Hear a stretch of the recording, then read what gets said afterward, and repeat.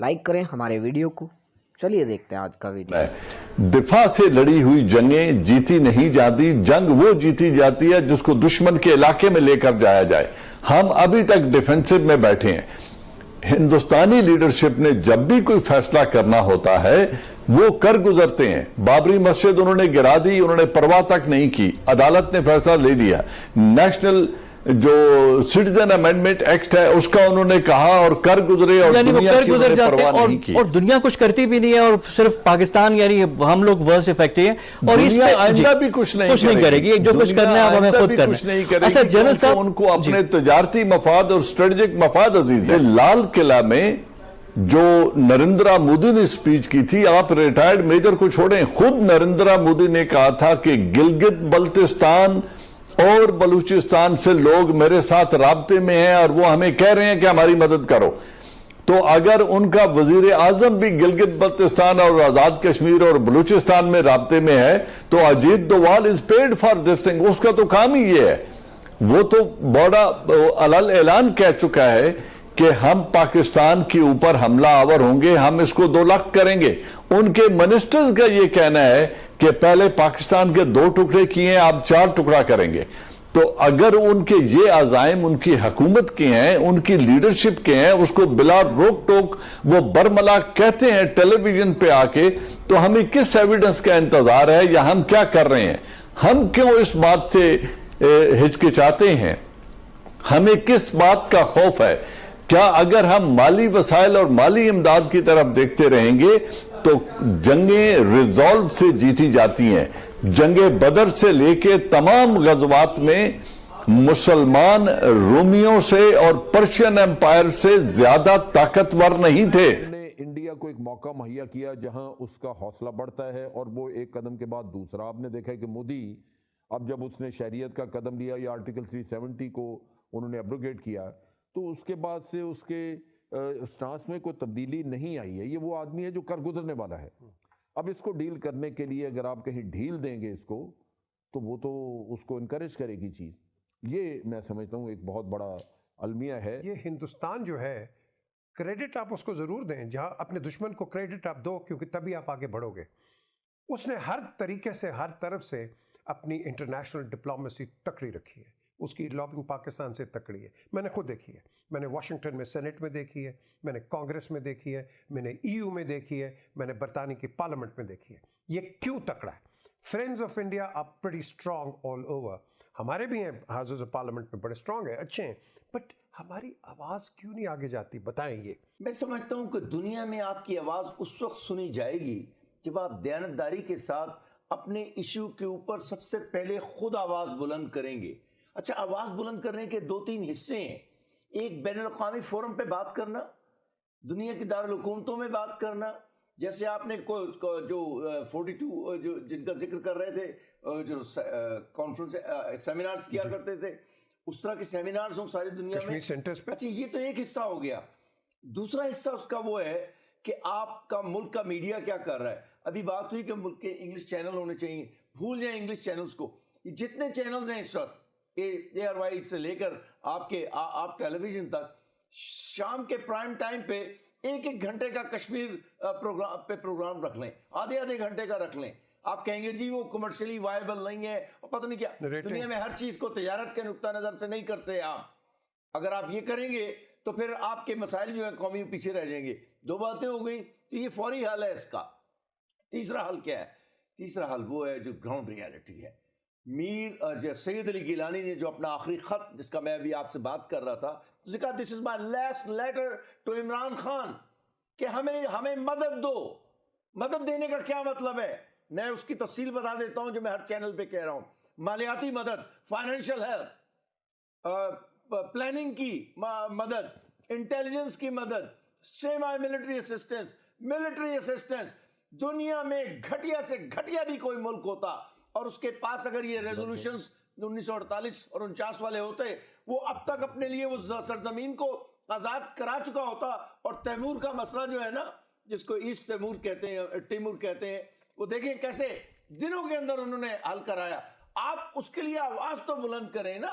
तो मुसीबत ये है कि आप हर 2 हफ्ते के बाद रिटायर्ड सेक्रेटरीज का एक इजलास शाह महमूद कुरैशी पाकिस्तान का वजीर खारजा मुनक्किद करता है, और ये वो लोग हैं जिनकी अक्सरियत मसला कश्मीर के खिलाफ है। They are against the issue of Kashmir. वो जो एक यहाँ पे रियाज अहमद खान था, उसने इसे क्या कहते हैं, सरीना होटल में बाकायदा कहा यार भूल जाए ना उसे और अपनी दूसरी मामलात पर जरा तरक्की दी। तो मैंने उन्हें कहा, मैंने कहा ये आप जब सेक्रेटरी खारजा थे तो उस वक्त आप इंडिया के यहाँ स्पोक्समैन थे इस्लामाबाद में, या उसे क्या कहते हैं पाकिस्तान की। उन्होंने थोड़ा सा बुरा मनाया इस बात में। बात बुरा मनाने की नहीं है, बात यह कि आपका माइंड किस तरफ है। दूसरे ये कि शाह महमूद के मुतालिक एक बात मैं कहना चाहता हूँ, उसके बाद इमरान के मुतालिक। मैंने इमरान खान की 110% मदद की है अपने प्रोग्रामों के जरिए, और आइंदा भी करूंगा। मैं समझता हूँ नेशनल इंटरेस्ट में है, आइंदा भी करूंगा। लेकिन कश्मीर के मसले पे प्रॉब्लम ये है, Shah Mahmood Qureshi is a lay back person on this Kashmir. उनकी दिलचस्पी कश्मीर में इतनी नहीं है। आपको याद होगा 8वें या 10वें दिन जबकि कोर कमांडर्स का बयान आ चुका था कि हम कश्मीर के लिए आखिरी हद तक जाएंगे, शाह साहब ने एक सहाफ़ी के सवाल के जवाब में फॉरेन ऑफिस में बैठे हुए कहा था, इसी बात के जब उसने इस नुक्ते को उठाया, उसने कहा आप हमें सुसाइड की तरफ ले जाना चाहते हैं। नमस्कार दोस्तों, स्वागत है आप सभी का मेरे साथ। और दोस्तों, जो सबसे पहले यहाँ पे बात होती है, वहाँ पे एक रिटायर्ड जो है पाकिस्तानी जर्नलिस्ट ये बात करता है सबसे पहले कि हिंदुस्तानी जो लीडरशिप है वो जो फैसला करती है उसे कर गुजरती है। इससे दोस्तों अंदाज़ा लगा सकते हैं आप कि जो पाकिस्तानी लीडरशिप है और हिंदुस्तानी लीडरशिप है उसमें क्या फ़र्क है। तो आप देखेंगे कि जो हिंदुस्तानी लीडरशिप है वो कितने बोल्ड डिसीजन अपने लेवल पर लेती है, जबकि पाकिस्तान के अंदर ये जो है पॉसिबल नहीं है, क्योंकि वहाँ पे हर एक चीज़ जो कोई लीडरशिप करेगी वो सेना से पूछ के करनी होती है।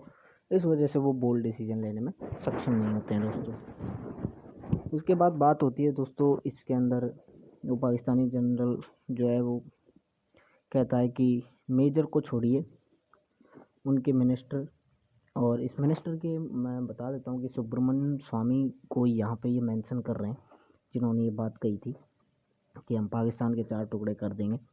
और इसके बाद बात होती है अजीत डोभाल की, और उसके बाद जो जनरल है वो कहता है कि मोदी जी ने ये कहा था लाल किले से कि गिलगित बाल्टिस्तान और बलूचिस्तान के लोग मुझे रिक्वेस्ट करते हैं कि हमें पाकिस्तान की जो एट्रोसिटीज़ हैं उनसे बचाया जाए। तो दोस्तों यहाँ पे ये जो इसको आप ले सकते हैं कि किस तरह से पाकिस्तानी मीडिया के अंदर जो भय का माहौल है, जो डर का माहौल है वो बना हुआ है।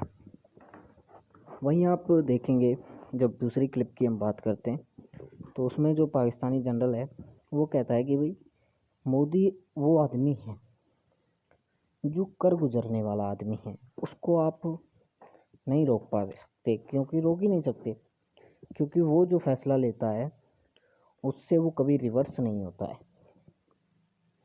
तो दोस्तों इससे आप अंदाज़ा लगाइए कि जो मोदी की पर्सनैलिटी है वो पाकिस्तान के लोगों के लिए क्या है।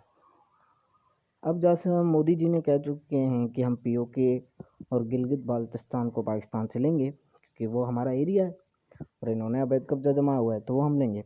उसके बाद जो जनरल है वो कहता है दोस्तों कि भाई मोदी से मतलब ये वैसा आदमी है जो कह देता है वही करता है, सिंपल सी बात है। उसके बाद जो एंकर है वो कहता है कि मैंने बहुत सारी जगह देखी है, मैंने खुद देखी है अगर ये चीज़ कि मैं अमेरिका जाऊँ, यूरोपियन यूनियन में जाऊँ, ब्रिटेन की पार्लियामेंट, हर जगह जो इंडिया की जो लॉबिंग है, जो इंडिया की पावर है वो इसने खुद देखी है। तो इसको अंदाज़ा हो गया है दोस्तों कि इंडिया कितना पावरफुल है। जब ये लोग ये कह रहे हैं कि हमने खुद इंडिया की पावर को देखा है, खुद हमने उसको महसूस किया है कि वो कितने स्ट्रॉन्ग हैं, तो आप इससे अंदाज़ा लगाइए कि हम कितने स्ट्रॉन्ग हो चुके हैं। जब ये लोग खुद जो मानने को तैयार नहीं होते हैं किसी भी चीज़ को, अगर ये मानते हैं कि हम इतने सॉलिड हो चुके हैं, हम इतने मजबूत हो चुके हैं दुनिया में कि अब हमें कोई झुका नहीं सकता, झुका तो पहले भी नहीं सकता था, अब तो क्या, ठीक है। तो अब आप ये लगाइए कि हमारी ताकत क्या है। इस ताकत का अंदाज़ा आप इस एंकर की बात से लगा सकते हैं कि भाई इंडिया के फ्रेंड ही फ्रेंड हो गए हैं, लेकिन पाकिस्तान के 2-3 देशों को छोड़ के, जिनमें मलेशिया, तुर्की और चाइना को छोड़ के बाकी कोई दिखता ही नहीं है। उसके बाद दोस्तों वो गंजा एक बात करता है, वो करता है भाई तुम्हारे बस की नहीं है, तुमसे नहीं होने वाला है। वो कहता है कि जब हमारा जो फॉरेन मिनिस्टर है उससे पूछा था कि भाई क्या इंडिया पर चढ़ाई कर दे, तो उसने ये कहा था कि क्या आप हमसे हमारे मतलब सुसाइड की तरफ हमें धकेलना चाहते हैं। तो मैं समझता हूँ कि ये गंजा बेवकूफ़ है, इनका फॉरेन मिनिस्टर बेवकूफ़ नहीं था, क्योंकि वो सच कह रहा था कि अगर इंडिया के साथ इन्होंने युद्ध की सोची ना दोस्तों, तो ये इनकी सुसाइड ही होगी, और ये अच्छी तरह से इस बात को जानते हैं। दोस्तों आपको ये वीडियो कैसा लगा आप मुझे बताइए कमेंट सेक्शन में। मैं मिलता हूँ अगले वीडियो में, तब तक के लिए मुझे दीजिए इजाज़त। नमस्कार।